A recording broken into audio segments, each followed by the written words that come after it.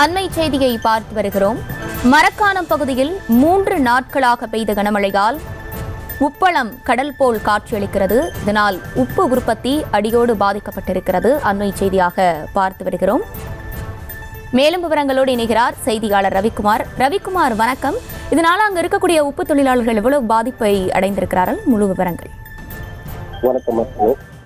விழுப்புரம் மாவட்டம் மரக்காணம் பகுதிகளில் மத்திய மாநில அரசுக்கு சொந்தமாக சுமார் 3500 ஏக்கர் நிலப்பரப்பில் உப்பளம் அமைந்துள்ளது.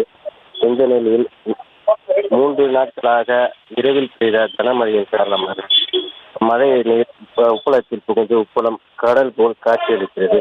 தற்போது உப்பு உற்பத்தி செய்து வந்த நிலையில் செய்த கனமழையின் காரணமாக உப்பு உற்பத்தி முற்றிலுமாக பாதிப்படைந்து தொழிலாளர்கள் வேலையின்றி தவித்து வருகின்றனர்.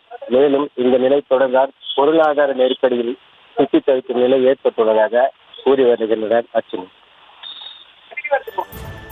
விவரங்களை வழங்கியமைக்கு நன்றி ரவி. செய்திகளை உடனுக்குடனும் துல்லியமாகவும் தெரிந்து கொள்ள சப்ஸ்கிரைப் பண்ணுங்க.